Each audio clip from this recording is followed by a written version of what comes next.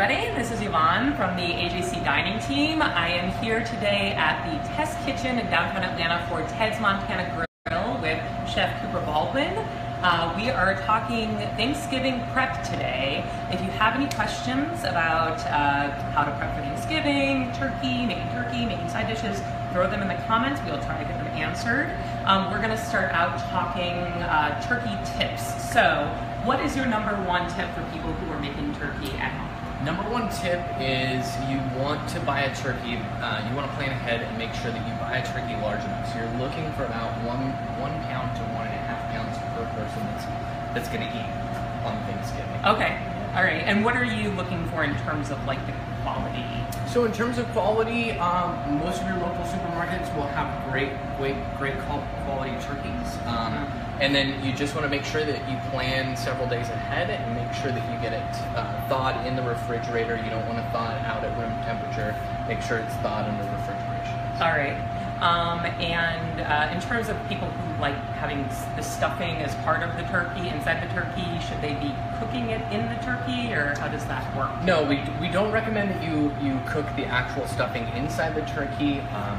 What will happen is that stuffing has to reach a certain temperature of 165 degrees. Okay. And so if you have it inside the turkey, it's going to take a lot longer for it to reach that temperature, and it'll dry out your meat on your breast meat. Okay, so do not make your stuffing in the turkey.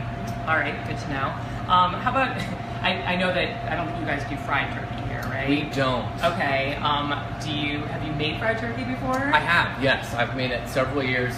The best way to fry a turkey is make sure your oil is nice and hot, and then dunk it in, completely submerge it, and definitely follow the recipe that you're going for there. All right, sounds good. Okay, now we are going to move on to making a side dish that's available here at Ted's, Aunt Fanny's Squash Casserole, right? Yes, Aunt Fanny's Squash Casserole. So why is it called Aunt Fanny's Squash Casserole? So it's actually an homage to a long-time restaurant here in Atlanta, and so we made the recipe as an homage. As an homage. Yes. All right, sounds good. All right, so what do we got here? It's a really, really easy recipe. So we've got 2 teaspoons of salt, 1 teaspoon of black pepper. We've got 1 tablespoon of granulated sugar. We've got a 1/2 cup of cracker meal. We've got 2 eggs, and we've got 3 pounds of yellow squash that I've blanched in salted boiling water. Okay. So we par-cooked that. So what we're gonna do is we're gonna start with all of our ingredients here. Okay. And we're going to start mixing it up. And just as a reminder to anybody who's just tuned in, we are at Ted's Montana Grill Test Kitchen, downtown Atlanta, and we are talking Thanksgiving prep. If you have any questions for Chef Cooper Baldwin, pop them in the comments. We will try to get them answered. And right now we are making Aunt Fanny's Squash Casserole. Yes, and you want to make sure that you leave about a tablespoon of the cracker meal for the topping when we go to bake it. Alrighty. So what we're going to do is we're just going to incorporate this in, and then we'll add our squash and just kind of fold that all together. We're going to fold this together. Alrighty. And for anybody who's looking for the recipe for this, we will have it up on ajc.com after this Facebook Live. Absolutely. So as soon as we're just going to mix this around, and the water from the squash will actually help bind everything together. Okay. So eventually, after several minutes of mixing it together,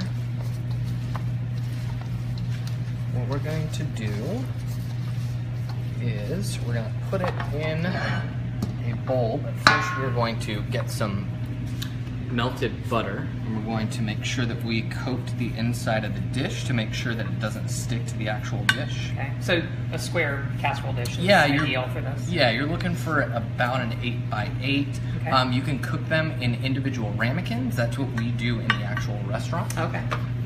If you want to get individual portions. So we're just going to pour this all in together.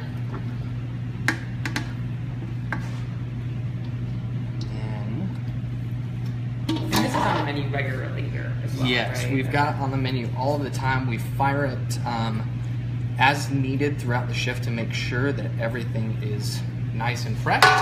So what we're going to do is I've got a finished product here.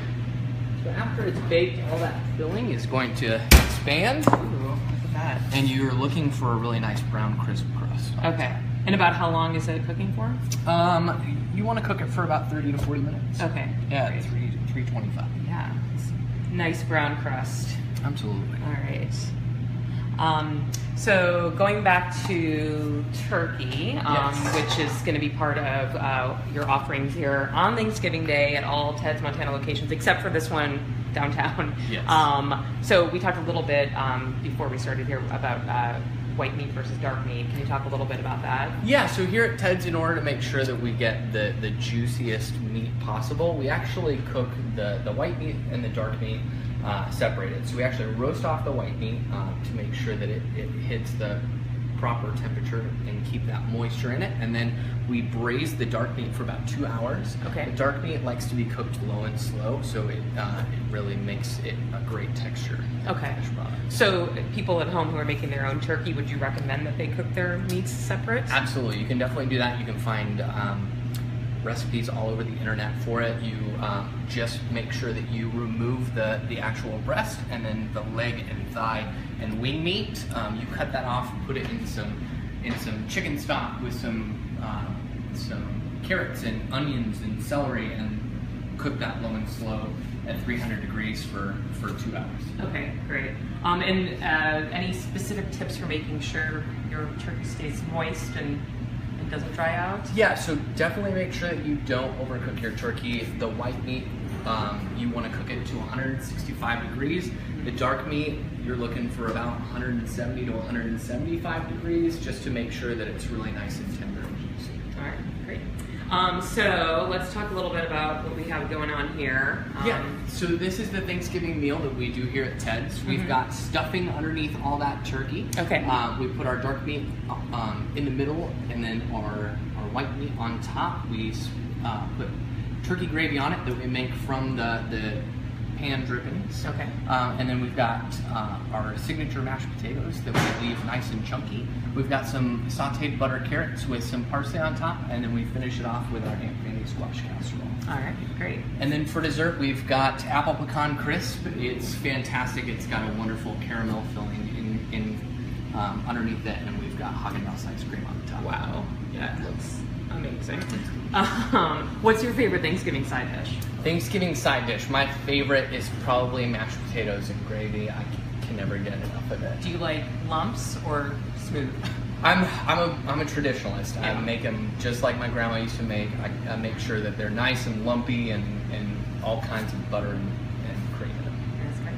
So if there's anybody out there who does not like turkey, not everybody's a fan of turkey, is there an alternative cut of meat that you would recommend? Yeah, definitely. You can definitely get a nice rib loin and cook that off and essentially make prime rib. Mm-hmm. You can also do ham as another traditional, a nice roast of ham. It's very traditional. All right, sounds good. All right, once again, we are here at Ted's Montana Grill Test Kitchen, downtown Atlanta. We are talking Thanksgiving prep. Any other tips for anybody? I think we've pretty much covered it. All right. Do you want to serve up the Yeah, squash? plate Let's some of the finish this squash casserole. Absolutely. Just a nice, good portion. And just to reiterate, y'all are going to be serving Thanksgiving Yes. dinner from 11 a.m. to 8 o'clock p.m. Okay, at all Ted's locations except for the one here on Lucky Street in downtown Atlanta. Absolutely. Right, and it's going to be the same menu all day Same menu all day. across locations. All across our locations, and Okay. certainly let us do all the hard work. That way you don't have to. Although if you do want to, we just got some great tips. Absolutely. Just in case. All right, thanks so much. It's my pleasure. Thanks for joining us.